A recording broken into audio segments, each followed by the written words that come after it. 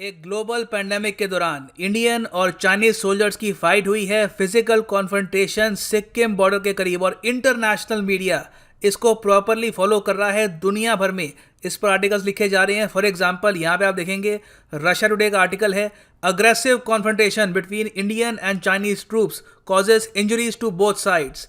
फिर बीबीसी का article, Indian Chinese troops clash on the border. यहाँ पे आप देख पाएंगे द न्यूयॉर्क टाइम्स का आर्टिकल है, Indian and Chinese border troops in brief skirmish. तो डिस्कस करते हैं यहाँ पर हुआ क्या है, लोकेशन क्या थी, क्या इस लोकेशन में इससे पहले भी इंडिया और चाइना की वॉर हो चुकी है। बहुत कुछ आपको जानने को मिलेगा।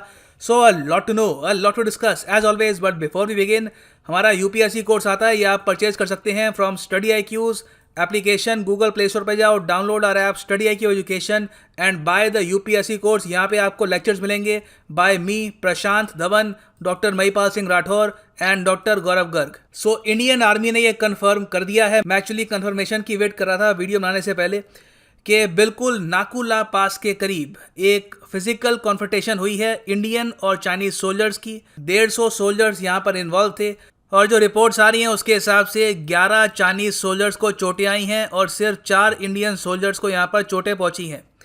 इंटरेस्टिंग बात मैं यहाँ पर ये देख रहा हूँ, अभी के लिए जब मैं वीडियो बना रहा हूँ, चाइना ने इस पर कोई कमेंट नहीं करी है। उनका मीडिया इसको बिल्कुल कवर नहीं कर रहा ना। इसका रीज़न क्या हो सकता है, अगेन मैं कुछ कंफर्मेशन के साथ कह नहीं सकता क्योंकि यहाँ पे मैं गैस ही कर रहा हूँ। परहैप्स ये जो फिगर्स हैं कि 11 चाइनीज सोल्जर्स को चोटें पहुँची हैं, ये रिवील वो करना नहीं चाहते। तो परहैप्स वहाँ पे जो मीडिया है इसको बिल्कुल डाउन प्ले कर रहा है। वेराज दुनिया भर में, चाहे रशिया हो, यूरोप हो या फिर इवन US हो, इस पर काफ़ी आर्टिकल्स लिखे जा रहे हैं। ना मैं आपको ये बताता हूँ कि ये जो कॉन्फ्रंटेशन है कहाँ पर हुई थी, इसकी लोकेशन क्या है। लोकेशन है नॉर्दर्न सिक्किम। यहाँ पे आप देख पाएंगे, ये यहाँ पर है सिक्किम, ये है भूटान, ये है नेपाल।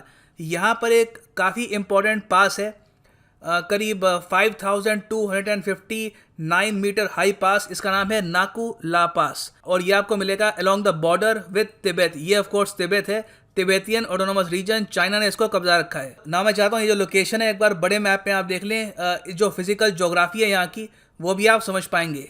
तो यहाँ पे आप देख पाएंगे ये है एशिया का मैप और ये है हमारा प्यारा भारत और हमको यहाँ पे फोकस करना होगा सिक्किम पे। तो यहाँ पे आप देख पाएंगे मैं जूम इन कर रहा हूँ ऑन सिक्किम और ये है नाकू ला पास। तो बताया जा रहा है कि यहीं पर ये कॉन्फ्रंटेशन हुई है और आपको मैं अगर पूरा ये दिखाऊं एरिया, तो एक काफ़ी इंटरेस्टिंग टेरेन है। जो चाइना की साइड है वहाँ पर ज़्यादा आपको पहाड़ दिखेंगे नहीं, हालांकि जो इनका एरिया है काफ़ी एलिवेटेड है। जो इंडियन साइड है वहाँ पर बहुत सारे पहाड़ हैं। इंडियन सोल्जर्स बहुत ज़्यादा डेडिकेशन, पेट्रियोटिज्म के साथ यहाँ पे ड्यूटी करते हैं और कभी कभी क्या होता है कि इंडियन सोल्जर्स किसी एक पोस्ट में अगर कुछ टाइम के लिए पीछे हटते हैं तो इमीडिएटली जो चाइनीज सोल्जर्स हैं वो यहाँ पे आ जाते हैं, जबकि उनकी ये ज़मीन है नहीं। सिक्किम प्रॉपरली एक इंडिया का पार्ट है, मगर चाइनीज सोल्जर्स ने एक बहुत ही एक अजीब सी हैबिट बना ली है कि जब भी यहाँ पे इनको अगर कुछ एरिया दिखता है खाली, जो कुछ घंटे के लिए खाली हुआ है, वो यहाँ पे आके कुछ कैंप्स बनाना स्टार्ट कर देते हैं। फिर इंडियन सोल्जर्स वापस आते हैं, उनको पीछे धकेलते हैं और यहाँ पर भी यही हुआ है। ऑफकोर्स इस बार जो चाइनीज सोल्जर्स थे इन्होंने जिद करी होगी कि ये हमारा एरिया है और so on and so fourth, और इंडियन सोल्जर्स ने उनको पुश बैक किया। नाउ देखो सिक्किम में एक और बहुत ही फेमस पास है, ये आपको सिक्किम के ईस्टर्न साइड को मिलेगा। इसको हम कहते हैं नाथू ला पास। तो नाथू ला को नाकू ला पास से कंफ्यूज मत कर लेना, क्योंकि जो नाथू ला पास है it is very important in its own right. जिन लोगों को कैलाश मानसरोवर जाना होता है, जो टूरिस्ट हैं जो चाइना जाना चाहते हैं, वो काफ़ी बार ये रूट अपनाते हैं चाइना में जाने के लिए। ना जो नाथू ला पास है यहाँ पर एक बहुत ही फेमस तो नहीं कहूँगा मैं क्योंकि इंडिया में इस पर कोई बात करता नहीं है, मगर एक काफ़ी इम्पॉर्टेंट वॉर लड़ी गई थी 1967 में। हालांकि इंडियन और चाइनीज़ गवर्नमेंट्स इसको ऑफिशियली वॉर कहती नहीं है, इनको हम कहते हैं क्लैशेस। मगर बहुत से सोल्जर्स यहाँ पर एंगेज हो गए थे। हुआ क्या था कि 11 सितंबर 1967 को जो नाथू ला पास है यहाँ पर बहुत सारे चाइनीज़ सोल्जर्स आ गए और उनको लगा कि जो 1962 में हुआ था उसको ये रिपीट करेंगे और कुछ यहाँ पे टेरिटरी कैप्चर कर लेंगे। हुआ इसका बिल्कुल विपरीत। इंडियन सोल्जर्स ने यहाँ पर फायरिंग स्टार्ट कर दी और 88 इंडियन सोल्जर्स शहीद हो गए, 163 को इंजरी हुई और चाइना की साइड से 340 चाइनीज सोल्जर्स मारे गए और 450 चाइनीज सोल्जर्स को चोटें लगी। इसको हम कहते हैं इंडिया चाइनाज 1967 वॉर। इस पर गूगल करिएगा, खुद भी थोड़ा सर्च किया करो, देखा करो इसके बारे में, आपको काफ़ी कुछ जानने को मिलेगा। It was a very interesting war जिसमें सीधा सीधा जीत हुई थी एक ही देश की, और वो था इंडिया। बाय द वे, इस वॉर पर एक बहुत ही अच्छी बुक भी लिखी गई है, रिसेंटली रिलीज हुई थी 2020 में ही। बुक का टाइटल है watershed 1967 India's forgotten victory over China. बिल्कुल यही है, इंडिया भूल चुका है कि ये हमारी एक बहुत बड़ी जीत हुई थी ओवर चाइना, और चाइनीज सोल्जर्स को पीछे हटना पड़ा था।